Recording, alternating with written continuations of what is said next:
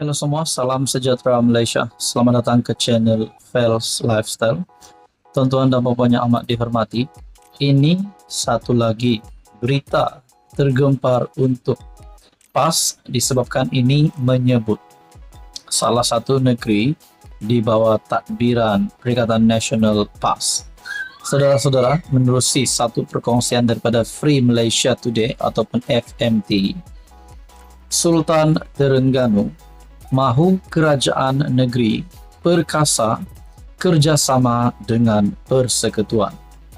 Sultan Mizan Zainal Abidin bertita kerajaan negeri perlu menyusun strategi jangka pendek, sederhana dan panjang bersama jabatan dan agensi kerajaan persekutuan.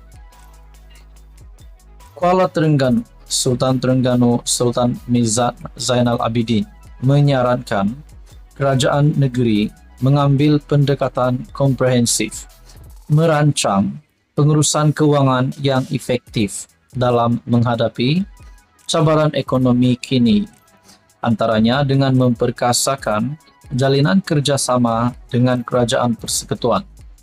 Baginda bertita melalui jalinan kerjasama bersama kerajaan persekutuan, kerajaan negeri perlu menyusun strategi jangka pendek, sederhana dan panjang secara komprehensif bersama jabatan dan agensi kerajaan persekutuan di negeri ini. Artikel ini diterbitkan pada 22 April. Kerjasama ini merangkumi perancangan cadangan projek-projek berimpak tinggi di bawah rancangan Malaysia ke-12 ataupun RMK-12 yang akan berakhir pada 2025. Seterusnya, kesinambungan perancangan ini hendaklah diteruskan bagi rancangan Malaysia ke-13 yang akan bermula pada 2026. Perancangan dan tumpuan yang teliti bagi perkara ini pastinya memberikan impak secara terus terhadap kesejahteraan rakyat beta. Titah Baginda sempena istiadat pembukaan penggal kedua Dewan Undangan Negeri ke-15 di Wisma Darul Aman. Turut berkenan berangkat ke istiadat tersebut ialah Yang di-Pertuan Muda Terengganu Tengku Muhammad Ismail dan Tengku Muhammad Muaz. Dalam pada itu, Sultan Mizan menzahirkan rasa syukur atas kejayaan pengurusan dan pemeliharaan sumber perikanan secara mampan melalui Pelan Strategi Pertanian 2019 hingga 2023 yang mencatatkan peningkatan sebanyak 39% pendaratan ikan marit. Saudara-saudara yang amat dihormati tuan-tuan dan puan, Sultan Terengganu mahu kerajaan negeri perkasa kerjasama dengan persekutuan.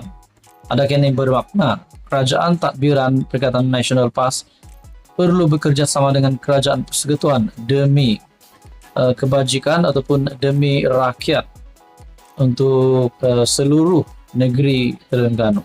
Ini pasti menjadi kejutan kepada kepimpinan PAS dan Perikatan Nasional. Sekian saja, teruskan bersama di dalam channel ini untuk info yang seterusnya. Halo semua, salam sejahtera Malaysia. Saudara-saudara, tuan-tuan dan puan, selamat datang ke channel Fels Lifestyle. Tuan-tuan dan puan, sebelum ini kita mendengar satu isu hangat yang menjadi cerita panas ramai orang di kalangan pemerhati-pemerhati politik dan peminat-peminat politik. Tidak lain dan tidak bukan berkaitan dengan titah addendum. Ini pasti mengejutkan Najib Razak sendiri. Namun ada satu lagi yang pasti mengejutkan keluarga Najib Razak. Sebelum ini kita mengetahui isteri kepada bekas Perdana Menteri Rosmah Mansur yang terlibat dengan kes rasuah, yaitu kes rasuah projek tenaga solar. Ini adalah keputusan terkini. Mungkin kita boleh kata satu kejutan buruk untuk keluarga Najib Razak. Namun kita berharap semuanya akan dipermudahkanlah. Kalau tak bersalah, harap-harap tidak bersalah, tidak dijatuhkan hukuman. Saudara-saudara, di dalam perkongsian daripada FMT, Kes rasuah proyek tenaga solar. Rayuan Rosmah didengar Oktober. Mahkamah Rayuan terlebih dahulu akan mendengar permohonannya agar Hakim Perbicaraan Zaini Mazlan menarik diri. Rosmah Mansor meminta Hakim Zaini Mazlan menarik diri daripada mendengar kesnya selepas dokumen didakwa draft penghakimannya diterbitkan oleh penulis blog Raja Petra Kamarudin. Mahkamah Rayuan menjadwalkan 2 tarik pada Oktober untuk mendengar rayuan Rosmah Mansor berhubung sabitan dan hukuman terhadapnya dalam kes rasuah proyek tenaga solar sekolah luar bandar Sarawak bernilai 1.25 bilion ringgit Malaysia. Peguam Akberdin Abdul Kadir berkata, Timbalan Pendaftar Mahkamah Nur Firdaus Rosli menetapkan tarikh 23 dan 24 Oktober pada pengurusan kes. Peguam itu berkata, Hakim akan terlebih dahulu mendengar rayuan Rosmah agar Hakim Perbicaraan Zaini Mazlan menarik diri daripada mendengar kes itu didakwa atas alasan pihak ketiga tertentu telah menyediakan draft penghakiman baginya. Rayuan substantif akan didengar jika penarikan diri hakim itu tidak dibenarkan, katanya kepada FMT.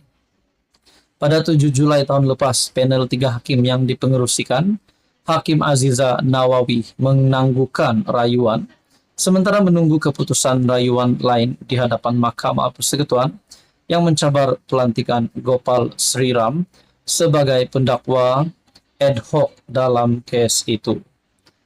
Pelapor itu, saudara-saudara, di dalam perkongsian ini juga berkata, Rosmah telah berusaha mendesak Zaini menarik diri selepas dokumen didakwa draft penghakimannya diterbitkan oleh Raja Petra. Isteri bekas PM Najib Razak mendakwa draft penghakiman itu bukan disediakan oleh Zaini, sebaliknya oleh pihak ketiga. Rosmah mendakwa Zaini tidak sepatutnya mendengar kes itu kerana dia telah hilang keyakinan terhadap hakim. Pada hari yang sama, Zaini mensabitkan Rosmah atas kesalahan meminta RM187.5 juta daripada bekas pengarah urusan Jepak Holdings Sendirian Berhad Saidi Abang Samsudin menerusi bekas pembantunya Rizal Mansor. Dia juga disabitkan bersalah menerima rasuah 5 juta daripada Saidi juga melalui Rizal di Seri Perdana Putrajaya pada 20 Disember 2016 dan satu lagi tuduhan menerima 1.5 juta daripada Saidi di Jalan Langgap, Duta pada 7 September 2017. Zaini menjatuhkan hukuman penjara 10 tahun bagi setiap tuduhan, memerintahkannya berjalan serentak. Beliau juga memerintahkan Rosmah membayar denda 970 juta. Jika gagal membayar denda, Rosmah diperintah menjalani tambahan 10 tahun lagi penjara selepas selesai hukuman awal. Ini pasti satu lagi berita yang tergembar, khususnya untuk keluarga Najib dan penyokong Najib. Sekian saja, teruskan bersama di dalam channel ini.